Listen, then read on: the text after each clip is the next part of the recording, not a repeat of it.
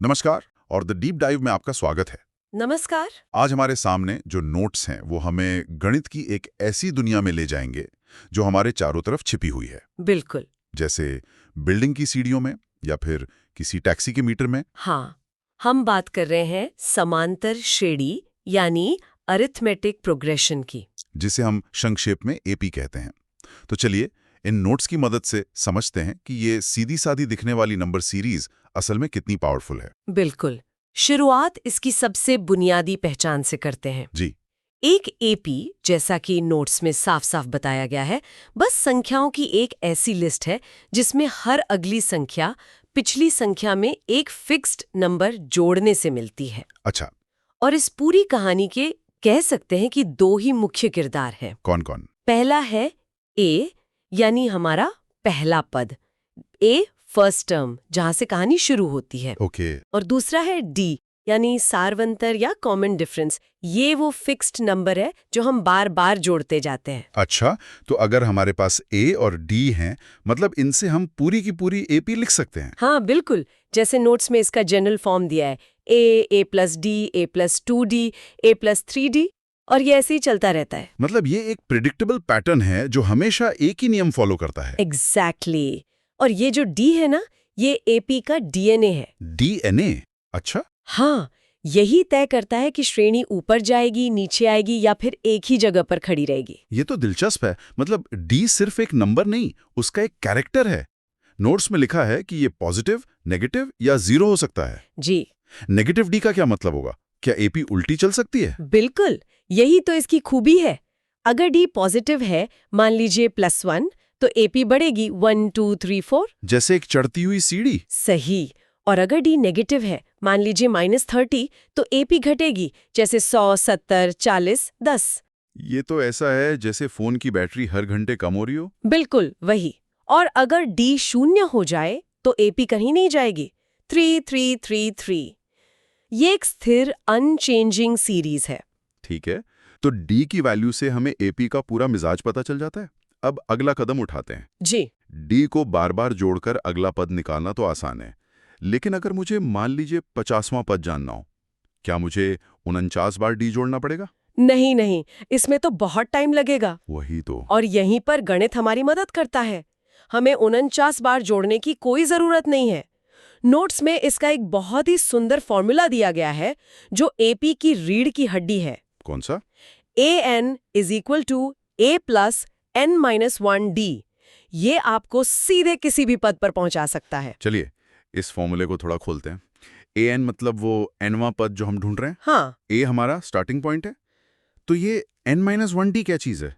इसे ऐसे सोचिए, अगर आपको 50वें पद पर पहुंचना है तो आपको पहले पद से कितने कदम आगे जाना होगा? 49 कदम। 49। बस, तो अब पहले पद ए से शुरू करती हैं और 49 बार डी का कदम लेती हैं, यानी a + 49d। अच्छा, तो किसी भी nवें पद के लिए आपको n-1 कदम लेने होंगे।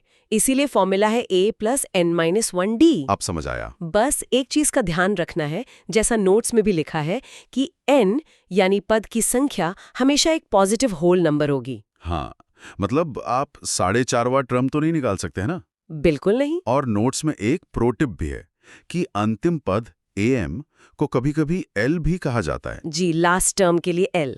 ये बस एक और नाम है जो सवालों को आसान बनाने के लिए इस्तेमाल होता है। ठीक है, तो किसी भी पद को ढूंढना अब मुश्किल नहीं है, लेकिन एपी की असली ताकत तो तब दिखती है जब हम उन्हें जोड़ते हैं। हाँ, योग में। मान लीजिए कोई हर महीने अपनी बचत 100 रुपये बढ़ाता है।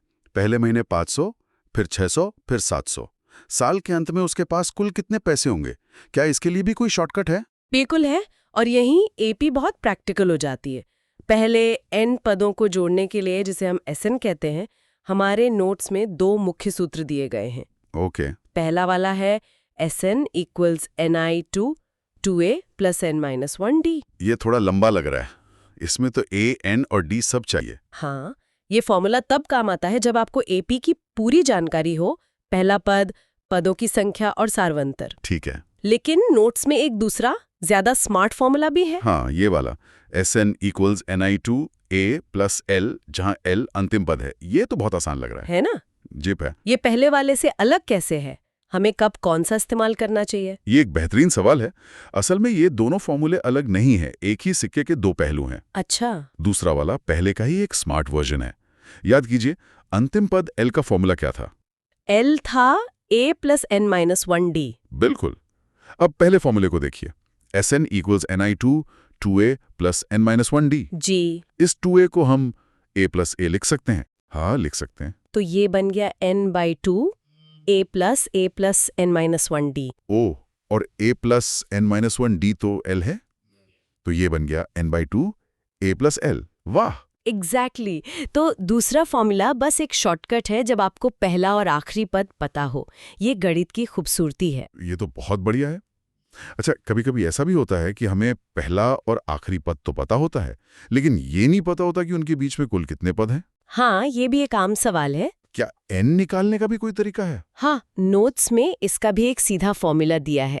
अगर आपको जानना है कि कोई पद an कौन से नंबर पे है, तो आप इस्तेमाल कर सकते हैं n = an - a / d + 1। अच्छा, ये nवें पद के फॉर्मूले को ही रीअरेंज करके बनाया गया है।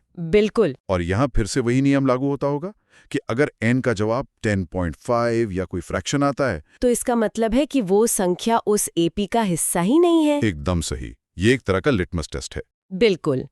एपी में हर पद की अपनी एक निश्चित जगह होती है। पहली, दूसरी, 100वीं, बीच की कोई जगह नहीं होती। इसी से जुड़ा एक और छोटा सा कॉन्सेप्ट है एपी के प्रकार का। परिमित यानी फाइनाइट और अपरिमित यानी इनफाइनाइट। इसका मतलब तो नाम से ही साफ है। परिमित मतलब जिसका अंत हो, जिसमें एक आखिरी पद हो, जैसे हफ्ते के 7 दिन। सही। और अपरिमित मतलब जो हमेशा चलती रहे, जैसे 1 2 3 4 और आगे अनंत तक। बिल्कुल। अब एक और दिलचस्प कॉन्सेप्ट पर आते हैं, जिसका नाम है समांतर माध्य या अरिथमेटिक मीन। ये मीन शब्द सुनकर औसत या एवरेज की याद आती है। क्या इनका कोई कनेक्शन है? आपका अंदाजा बिल्कुल सही है। अच्छा। अगर 3 संख्याएं a, b और c एक एपी में है, तो उनके बीच का अंतर बराबर होगा। मतलब BA = CB? जी। अगर हम इस समीकरण को थोड़ा सा हल करें, b को एक तरफ ले जाएं और a और c को दूसरी तरफ, तो ये हो जाएगा 2B = A + C। या b = a + c/2। और ये क्या है? ये तो A और C का औसत है। तो किसी AP में बीच वाला पद हमेशा अपने पड़ोसियों का औसत होता है। कमाल है। जी। और ये पैटर्न हमें हर जगह दिखता है। हमारे नोट्स में कुछ क्लासिक उदाहरण भी हैं। जैसे कि जैसे प्राकृत संख्याएं 1 2 3, विषम संख्याएं 1 3 5, सम संख्याएं 2 4 6 या किसी भी पहाड़े की संख्याएं जैसे 5 का पहाड़ा 5 10 15। ये सब स्वाभाविक रूप से बनी एपी हैं। अब नोट्स के उस हिस्से पर आते हैं जिसे हाई इंपॉर्टेंस मार्क किया गया है। हाँ, ये बहुत जरूरी है। एक फॉर्मूला है an is always Sn minus Sn - 1। सच कहूं तो ये देखने में थोड़ा डरावना लगता है। इसका क्या मतलब है? इसे एक बहुत ही सरल तरीके से समझते हैं। बताइए।